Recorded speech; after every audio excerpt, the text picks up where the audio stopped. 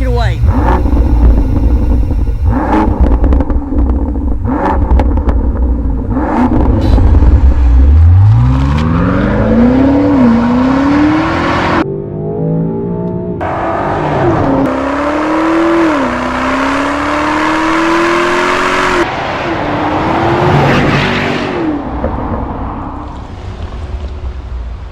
Connect to the valve here. There we go, valve shut,